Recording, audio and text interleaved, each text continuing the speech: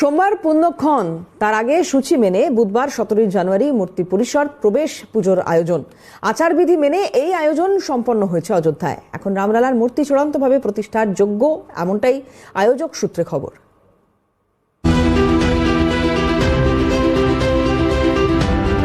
16 জানুয়ারি অযোধ্যায় নিয়ম মেনে হয়েছে প্রায়শ্চিত্ত ও কর্মকুটি পুজো। বুধবার রীতি এবং আচার মেনে পালিত মূর্তি পরিসর ও প্রবেশ পুজো। আর 18 জানুয়ারি তীর্থ পুজো, জলযাত্রা ও গন্ধ দিবস।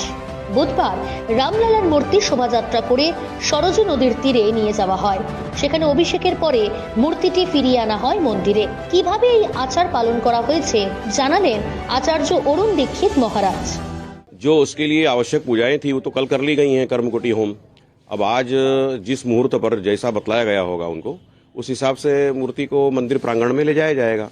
वो शायद दोपहर का समय तय हुआ है, तो उसी हिसाब से वहां पर मूर्ति जाएगी। प्रार्थना होती है कि आपका मूर्ति निर्माण होने में जो कुछ हथौड़ी इत्यादि से उनको प्रघात होता है और जो कुछ कभी कभी शरीर का भाग भी भगवान को स्पर्श हो जाता है, ये सब जो दोष होते हैं उस दोष के निवारणार्थ वो होम किया जाता है। और होम करने के बाद भगवान को शहद और घी लगाया जाता है और फिर पट्टी बांध दी जाती है और फिर मूर्तिकार का पूजन होता है। तो मूर्तिकार का पूजन हो करके वो मूर्ति जो है अब हमारे प्रतिष्ठा के योग्य सिद्ध हो गई, तो अब वो मूर्ति वहां से चलेगी। दोपहर को मूर्ति में वजन बहुत है, उसको लाने के लिए बहुत सावधानी करनी पड़ेगी। तो वो जो यहाँ के प्रशासक लोग हैं लगे हैं उसमें, तो आज हमको लगता है शाम तक मूर्ति का आगमन मंदिर प्रांगण में हो जाना चाहिए। मंदिर में छोटी मूर्ति एक है, रजत मूर्ति बनी है, उसी का भ्रमण कराया जाएगा प्रतीकात्मक। इतनी बड़ी मूर्ति का भ्रमण ज्यादा कराना उचित नहीं है, क्योंकि सब दृष्टिकोण से विचार करना है। तो जो विधि है वो तो हो जाएगी और मूर्ति एक बार आएगी तो घूम करके ही मंदिर में जाएगी, तो परिभ्रमण संकेतात्मक हो जाएगा। সোমবার অযোধ্যার মূল অনুষ্ঠান উপলক্ষে একাধিক রাজ্য স্কুলের ছুটি ঘোষণা করেছে। তালিকায় রয়েছে উত্তরপ্রদেশ, মধ্যপ্রদেশ, ছত্তিশগড়, হরিয়ানা আর গোয়া। এদিকে বুধবার থেকে শুরু হলো কলকাতা অযোধ্যা বিমান পরিষেবা। 22 জানুয়ারি রাম মন্দির উদ্বোধনকে কেন্দ্র করে এই সূচনা। আপাতত সপ্তাহে 3 দিন এই পরিষেবা দেবে বেসরকারি বিমান পরিবহন সংস্থা এয়ার ইন্ডিয়া এক্সপ্রেস। 22 জানুয়ারি অযোধ্যায় রাম মন্দির উদ্বোধন। ইতিমধ্যেই অযোধ্যার মহর্ষি বাল্মীকি আন্তর্জাতিক বিমানবন্দর এবং দিল্লির মধ্যে বিমান পরিষেবা চালু হয়েছে। বুধবার 17 জানুয়ারি থেকে কলকাতা ও অযোধ্যার মধ্যে বিমান পরিষেবা শুরু হলো। ক্যালকাটা নিউজ। 22 জানুয়ারি পুণ্যক্ষণের অপেক্ষায় 140 কোটির দেশ। বহু আত্মত্যাগের পর অযোধ্যা রাম মন্দিরে বিগ্রহের প্রাণ প্রতিষ্ঠা। সেই উপলক্ষে মালদায় পুজো পার্বণ। ধুমধাম করে রামচন্দ্রের পাদুকা পুজো মালদা শহরে।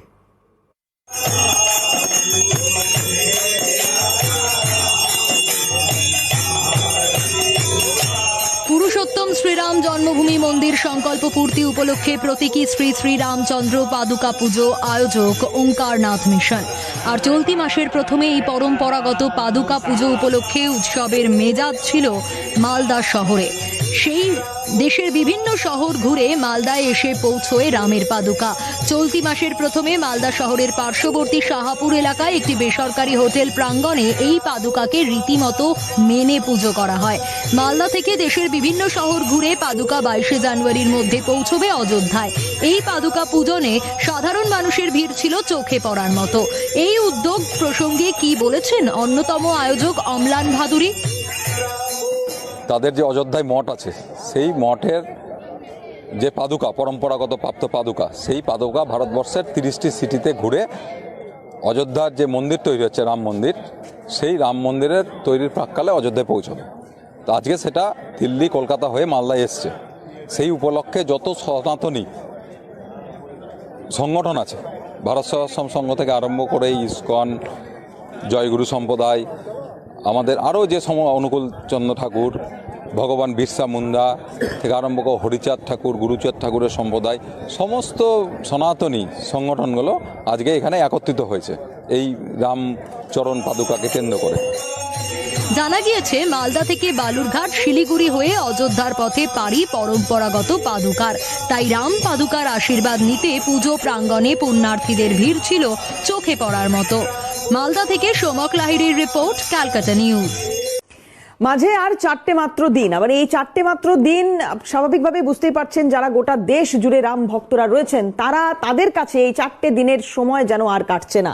আমরা একটু দেখাবো আপনাদের যে যে এখনো পর্যন্ত যা যা তথ্য যা যা পরিসংখ্যান আমাদের কাছে এসে পৌঁছচ্ছে যে 22শে জানুয়ারি অযোধ্যায় রামলালার প্রাণ প্রতিষ্ঠা হবে। খুব স্বাভাবিকভাবেই আপনারা জানেন যে 7 দিন ধরে যে উৎসবের আয়োজন করা হয়েছে ইতিমধ্যেই সেই উৎসব চলছে, সেই কর্মসূচি কিন্তু চলছে। 7 দিন ব্যাপী এই মহোৎসব চলছে, আপনারা দেখতে পাচ্ছেন সেই ছবি। এবং গতকাল মানে বলা ভালো যে আজ ভোর রাতে রামলালার যে মূর্তি, যে বিগ্রহ, সেই বিগ্রহকে ক্রেনে করে আনা হয়েছে। প্রাণ প্রতিষ্ঠা অনুষ্ঠানে 7টি অধিবাস থাকে, অনুশীলনে থাকে ন্যূনতম 3টি অধিবাস। 22শে জানুয়ারি যা যা কর্মসূচি নেওয়া হচ্ছে প্রত্যেকটি গুরুত্বপূর্ণ। পুরো অনুষ্ঠান পরিচালনা করবেন 121 জন আচার্য। সমস্ত বিষয়টি দেখাশোনা করবেন জ্ঞানেশ্বর শাস্ত্রী দ্রাবিড়।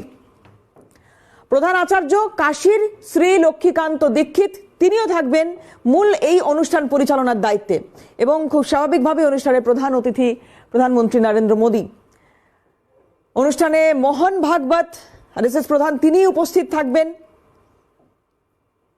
উত্তরপ্রদেশের রাজ্যপাল আনন্দীবেন প্যাটেল উপস্থিত থাকবেন, তিনিও। উত্তরপ্রদেশের মুখ্যমন্ত্রী যোগী আদিত্যনাথ সহ বিশিষ্টরা থাকবেন এখানে উপস্থিত। অনুষ্ঠানে ভারতীয় অধ্যাত্মবাদ, ধর্ম, সম্প্রদায়, উপাসনা পদ্ধতি, এই সমস্ত কিছু নিয়ে কথা হবে, আলোচনা হবে। এবং এই ঐতিহ্যের সমস্ত প্রতিষ্ঠানের আচার্যরা উপস্থিত থাকবেন। অযোধ্যা উত্তরপ্রদেশ তো বটেই, এবং এর রেশ পৌঁছেছে গোটা দেশের বিভিন্ন প্রান্তে। আমাদের এ রাজ্যের দিকে যদি নজর রাখি, জেলাওয়ারি যে সমস্ত রাম মন্দির রয়েছে এবং সেখানে খুব স্বাভাবিকভাবেই ভক্তদের উন্মাদনা, ভক্তদের ভিড়। আর মাত্র 4টে দিন এবং তারপরেই রামলালার প্রাণ প্রতিষ্ঠা। আমাদের প্রতিনিধিরা রয়েছেন, আমি একটু কথা বলার চেষ্টা করি। হাওড়া থেকে আমাদের প্রতিনিধি প্রসেনজিৎ রয়েছেন এবং নদিয়া থেকে আমাদের আরেক প্রতিনিধি প্রসেনজিৎ রয়েছেন।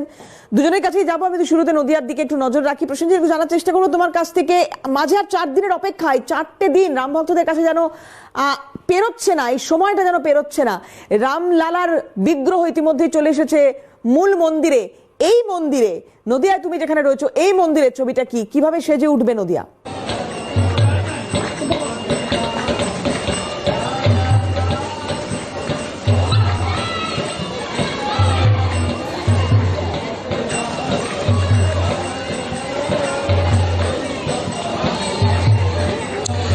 দেখো দেবরতী, আমি রয়েছি কীর্তিবাস ওঝা, অর্থাৎ রামায়ণী যে বাংলায় রচনা করেছিলেন সেই কীর্তিবাসের জন্মভিটেতে। অর্থাৎ এখানে কিন্তু এই রাম মন্দির নিয়ে কিন্তু মানুষের উন্মাদনা, অর্থাৎ মানুষ কিন্তু আনন্দে ভরে উঠেছে। যত দিন যাচ্ছে মানুষ কিন্তু ততই ওই আনন্দে উৎফুল্ল হয়ে উঠছে। অর্থাৎ আমি একটু দেখাতে বলবো আমার চিত্র সাংবাদিককে যে সকাল থেকেই কিন্তু এখানে রাম গান শুরু করেছে, অর্থাৎ রাম নাম শুরু হয়েছে। এবং যেটা গোটা চিত্র দেখায় যে এখানে কীর্তিবাস ওঝার যে মূর্তি স্থাপন রয়েছে এবং কীর্তিবাস ওঝা ঠিক এই মন্দিরে তার মূর্তি স্থাপিত হয়ে রয়েছে। এবং এই কীর্তিবাস ওঝা এই জায়গায় বসেই তিনি রামায়ণ রচনা করেছিলেন বাংলায়, এবং যার নাম কিন্তু রামচরিত, অর্থাৎ কীর্তিবাস রামায়ণী। এবং আমি যে গ্রামে রয়েছি এই গ্রামের গোটাটাই কিন্তু কীর্তিবাস ওঝা ছায়া রয়েছে। অর্থাৎ এখানকার মানুষ কিন্তু মূলত যে রাম মন্দির রয়েছে সেই রাম মন্দিরকে ঘিরে এই উন্মাদনায় ভরে রয়েছে। অর্থাৎ এখানে প্রতিনিয়ত চলে এরকম নাম গান, এবং সকাল থেকে কিন্তু সেই চিত্র আমরা দেখতে পাচ্ছি। যদিও আজকে সারাদিন গভীর রাত থেকে বৃষ্টিপাত হয়েছে, সেই বৃষ্টিকে উপেক্ষা করেও কিন্তু তারা এই নাম সংকীর্তন শুরু করেছেন। দাদা, আগামী 22 তারিখ রামলালার প্রতিষ্ঠান দিবস এবং সেখানে রাম মন্দির উদ্বোধন, কতটা আপনারা আনন্দিত? আমরা যে কতটা আনন্দিত আমরা ভাষায় প্রকাশ করতে পারবো না। 500 বছরের তোমার অপেক্ষার অবসান ঘটিয়ে আর 4টে দিন মাত্র বাকি আছে। 22শে জানুয়ারি যে আমাদের রাম মন্দির উদ্বোধন হবে, সেই রাম মন্দির উদ্বোধন এখানেও সেই তার আঁচ লেগেছে। এখান থেকে আমরা সেই 22শে জানুয়ারি পুজো থেকে শুরু করে আপনার শোভাযাত্রা বেরোবে, এখানে 5000 লোকের প্রসাদ বিতরণ হবে। আমরা খুবই আনন্দিত। রামলালার প্রাণ প্রতিষ্ঠা, মাঝে আর 4টে দিন। অযোধ্যার দিকে আমাদের নজর যেমন থাকবে, পাশাপাশি আজকে এই গোটা রাজ্যের ছবি আপনাদের সামনে একে একে তুলে ধরছি। যে ছবি আপনারা এই মুহূর্তে দেখতে পাচ্ছেন, একদিকে রামলালার প্রাণ প্রতিষ্ঠা তোড়জোড় হচ্ছে অযোধ্যা, এবং অন্যদিকে এ রাজ্যে আপনাদের এই মুহূর্তে দুর্গাপুরের ছবি দেখাচ্ছি, সেখানে যে রাম মন্দির, এবং সেখানে কিন্তু স্বচ্ছতা অভিযান চলছে। কারণ এই শ্মশানকালী মন্দির, ভিড়িঙ্গি শ্মশানকালী মন্দির, সেখানে এই স্বচ্ছতা অভিযান। কারণ রামলালা প্রতিষ্ঠার আগে এই সমস্ত কিছু মন্দির প্রাঙ্গণ একেবারে সাফসুতরো করে তোলার চেষ্টা এখানে যারা ভক্ত রয়েছেন, যারা ট্রাস্টি বোর্ডের সদস্য রয়েছেন, তাদের প্রত্যেকেরই। দুর্গাপুরের ছবি এই মুহূর্তে দেখতে পাচ্ছেন। স্বচ্ছতা অভিযান চলছে এখানে মন্দির প্রাঙ্গণে। রামলালার প্রাণ প্রতিষ্ঠা, তার আগে বিভিন্ন মন্দির প্রাঙ্গণ এইভাবে স্বচ্ছতা কর্মসূচি সেখানে চলছে। নগর কমিটি, দুর্গাপুরের নগর কমিটির উদ্যোগে এই স্বচ্ছতা অভিযান, সেই অভিযানে সামিল হয়েছেন এনারা প্রত্যেকেই। ভিরিঙ্গি শ্মশান কালীবাড়ির ছবি আপনাদের দেখাচ্ছি। যারা সেবক রয়েছেন তারা মন্দির প্রাঙ্গণে ঝাড়ু হাতে নেমে পড়েছেন স্বচ্ছতা অভিযানে, এবং যত শীঘ্র সম্ভব মন্দির প্রাঙ্গণ পরিষ্কার সাফসুত্র করার কাজ চলছে। এই ছবি দেখতে পাচ্ছেন, 7 জন সেবক তারা এই স্বচ্ছতা অভিযানে নেমেছেন। দুর্গাপুর জুড়ে এই স্বচ্ছতা অভিযান, বিশেষ করে মন্দির প্রাঙ্গণে এই অভিযানের সেবকরা।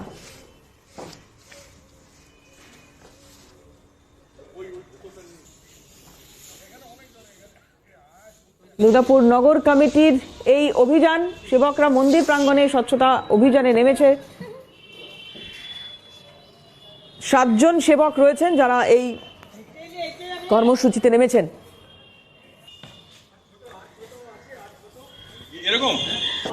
রাজেশ সেনগুপ্ত আমাদের প্রতিনিধি রয়েছেন, আমি একটু সরাসরি জানার চেষ্টা করবো। রাজেশ, কি চলছে এখানে একটু যদি জানাও।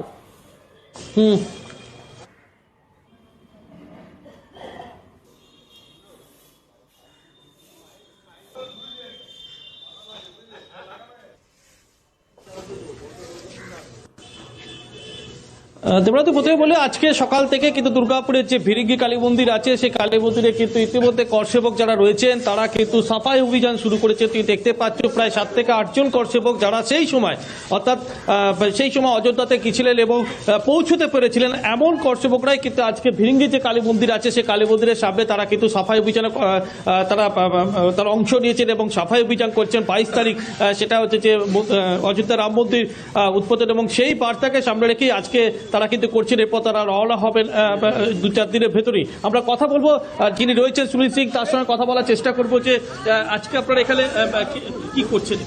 এখানে আমরা সাফাই অভিযান করছি। আমাদের যে রাম মন্দির প্রাণ প্রতিষ্ঠা হচ্ছে সেই উপলক্ষে ভারতবর্ষের প্রত্যেকটি মন্দিরে কার্যকর্তারা গিয়ে পরিষ্কার পরিচ্ছন্ন করবে আর একটা বার্তা দিবে যে 22 তারিখে প্রাণ প্রতিষ্ঠার জন্য যেন সবাই ওখানে যেতে পারে। আপনি তো করসেবক ছিলেন, হ্যাঁ, আপনি সেই সময় পৌঁছতে পেরেছিলেন? হ্যাঁ হ্যাঁ। কিভাবে অভিজ্ঞতার কথা যদি একটু বলেন। আমরা 1990 সালে 21 অক্টোবরে এখান থেকে আমরা সবাই পুরো নগরের স্বয়ংসেবক মিলে আমরা আসানসোলে প্রায় 90 জন অযোধ্যার জন্য টিকিট কাটি। টিকিট কেটে আমরা ট্রেনে, জম্মু তাওয়াই ট্রেনে উঠি।